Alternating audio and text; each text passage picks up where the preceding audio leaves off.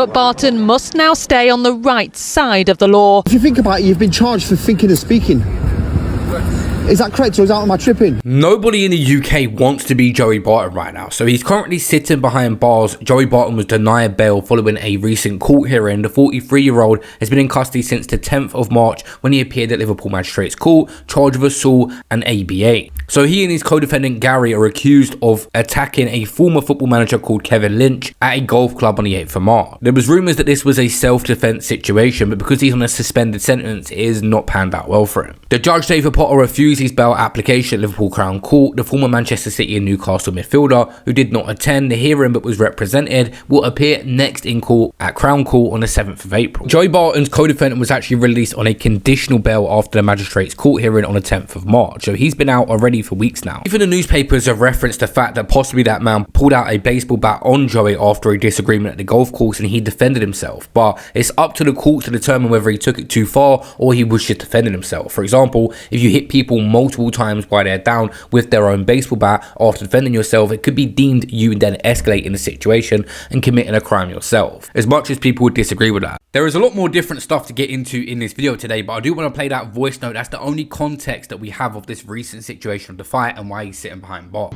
Joey Barton has absolutely weighed a lad in on the golf course. Yes, you heard that right. Joey Barton, the absolute lunatic, who I get on really well with, has battered somebody in the golf course. They've been playing golf all day. They go in the clubhouse, they're having an ale. One thing leads to another. This fella stands up. Kev Lynch, his name is, ex-Prescott Cables manager. Remember Mark Duffy, who played for Sheffield United? It's his uncle. He said, "What are you saying, you little cunt? Get outside." So as Joey's gone to go outside, he's pulled the bat out and tried to belt Joey with it. Joey's took the baseball bat off him and absolutely weighed him in. Like, give it to him properly with the basey. Mate, there's fucking blood all over the golfy. Where I just drove past it then. Forensics, the road shut off. It's a heavy one. He's been remanded in Nick, so he's in Walton now. He just landed on the wing earlier on today, supposed to get out at 2 o'clock, and he knocked him back because of obviously his previous. So he's on remand. Fucking crazy. So we've seen already, just as he was arrested and getting taken to prison, he was getting fined $339,000 in the other court for legal costs to the ex-England footballer Eni Aluku for tweets he made a while back, comparing her to the serial killer Rose West. I'm not sure why people maybe were misguided on that, you know, in the UK, there's always been harassment laws, there's always been defamation laws. They've been around for a very long time. So, and those are the laws, you know, that we have enacted and relied upon to get the sentence that has been handed down today.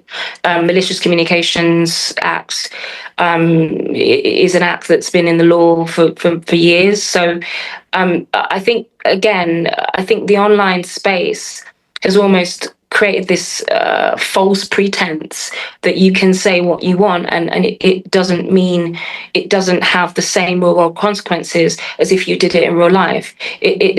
Free speech has always had parameters, has always had consequences, and I think this case is a reminder of that. Obviously, Elon Musk took over Twitter and made it into X and gave everyone freedom of speech on that platform, but Eni Aluku, having lawyer background herself, decided to take the law into her own hands when she see the tweets he made. But the worst thing that Joey Barton has ever done is open a Twitter/X account. It's literally cost him over $1 million now, and it's getting worse. And it's not just the tweets that are going to be referenced. This guy has a history, went to prison as a footballer and had a bunch of fights back in the day. But let's talk about the incident on June 2nd, 2021. At his family home in southwest London, during a drunken argument while the children were asleep upstairs, he and his partner got into an argument over a family matter. And it started with Barton threatening to fight his wife's brother and father, according to court evidence. And then Georgia Barton ends up making a 999 emergency call and statements to the police that Joey Barton pushed her to the floor, kicked her in the head, resulting in injuries such as a lump on her forehead, bruising and bleeding to her nose. Barton denied the charge of assault by beating, claiming no physical contact occurred, but after a 2-day trial at Westminster Magistrates Court, he was convicted. The judge described Miss Barton's early account as compelling and rejected Barton's version as vague. He received a 12-month prison sentence but got it suspended for 2 years, meaning no immediate jail time unless he re-offends. So he's had a suspended sentence before, but back then he didn't break it. So he was accused of being violent to her with this situation, and I think they're pretty much back together now, so it's just a bizarre one. So when it happened, she called the police immediately after attack, saying her husband had just hit her, but later sent a letter to the prosecution retracting her allegations, which probably made it harder to give him a more serious charge. Yeah, look, I'm really disappointed with the magistrate's verdict, especially after, in Wimbledon, the magistrate 2.5 years ago ruled in my favour. I intend to appeal this to the High Court, and I have to respect that process in between, so that's all I can say on the matter. But it's been damaging for your family. But also another person he directed tweets at that cost him a bunch of money was Jeremy Vine. He called him a bunch of things like a bike nonce, and Vine ended up contacting the police and initiating civil proceedings for defamation and harassment, and Barton launched a GoFundMe for his defense. In June 2024, the case settles outside of court. Barton agrees to pay Vine £75,000 in damages plus legal costs and posts a public apology admitting the allegations were untrue and retracts them. A further related settlement adds £35,000, totaling £110,000 in damages. Criminal proceedings follow a police investigation into Barton's post as grossly offensive communications under UK law. Barton ends up pleading not guilty in Liverpool Crown Court, and the jury finds Barton guilty on 6 of the 12 counts related to Vine. For each of these offences, I impose a suspended sentence order of 18 months duration. And the High Court orders Barton to pay Vine's legal costs over £200,000 initially reported, but apparently Barton's total payout in the civil case exceeds £500,000 to £600,000.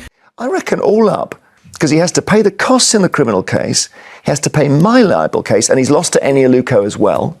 So I think he will have spent £1 million publicising his silly podcast. Yeah. And nearly gone to jail as well. And now he's going to be cleaning toilets for a year. So maybe we're learning what you can and can't do. I mean, I don't know what the standard is. That the reasonable man would think that you are guilty of the things that you're being accused of in terms of what the standard is for libel. But being a very experienced. Well, I tell you what, if somebody with 10 followers says something, they say Coco did an armed robbery, let's say, it doesn't matter because no one's going to see it. Yeah. If someone with 3 million followers says it, they say it once, they say it again and again and again. At this point, you've got to think, I've got to do something. And the trouble is, we don't know what the criminal law is yet. So all I had was libel. Now, the people who are doing the kind of, it's only hurty word stuff, have got to explain, if you haven't got 200 grand to take a libel case, what do you do? Yeah, because there has to be a crime there. Although apparently Joey Barton made $30 million across his career, this has caused some financial issues. No one wants to pay out $1 million cash directly from their bank account to all these fees and the ongoing situations that probably have come with it.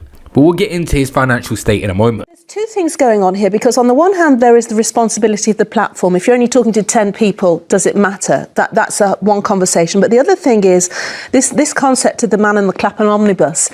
Is he reasonably going to think that you are such a person if somebody else says it, whether they say it to 10 people or to 200,000 people? Well, the defence Barton ran in the libel trial, where he had a lot of money on the line, it was never supposed to be true, saying Jeremy Vine is this, that and the other, but it was what's called vulgar abuse. Now, there is a defence in libel. If I drive a car past you, you're in the high street, and let's stick with our example, I shout, Coco's an armed robber! or even just, you're a silly person, or whatever. Yeah. You know what? Shouted from a car window while drunk is almost discounted. If you go on Twitter and you say it again and again and again, you haven't got that defence. So the vulgar abuse defence collapsed. His barrister stood up and said, can we just be clear that at no point did Mr. Barton intend to suggest that Jeremy Vine had done anything wrong? Thinking, well, I don't see how you've got a case now, mate. Absolutely. Anyway, fascinating. And the judge clearly was he's in unknown waters here, because the verdict is on me, on Eni Aluko, the abuse there, which was racial, on Lucy Ward, and he just said, I've got no precedent. And I think Barton was lucky not to go to jail. He really because he kicked his wife in the head, and he got done for that. He got a suspended sentence for that. His first jailing was when he knocked out the teeth of a child in Liverpool, so he went to jail for that. He's got a history of violence.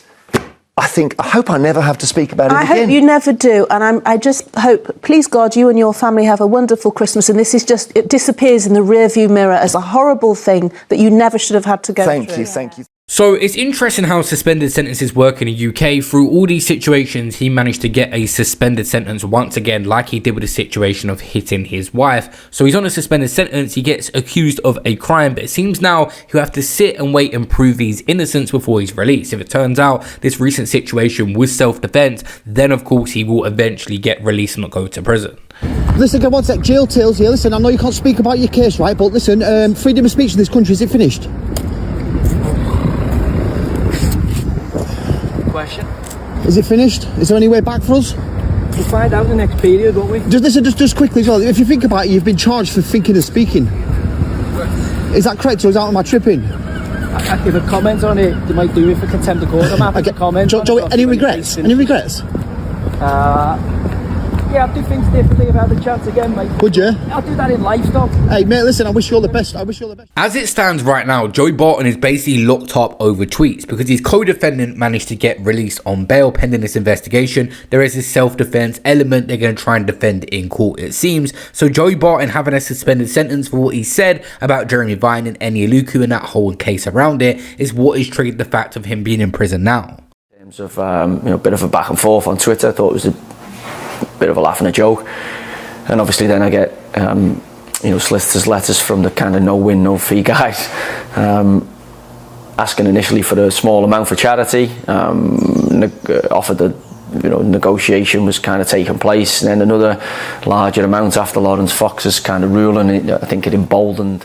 It's now come out in the papers, they're saying that Joey Barton could be facing financial ruin over the recent cases. He's facing financial ruin after blowing nearly 1 million on bailed liable cases. He's ordered to pay 339,000 to Eni Aluku after defamatory posts, plus 600,000 defending tweets about Jeremy Vine. Now he's in custody waiting new GBH self-defense charges. If it is true, this is effing disgusting. I don't care whether you like him or not, he was taking a piss out of people online. People are saying it is harsh that it's cost him £1 million.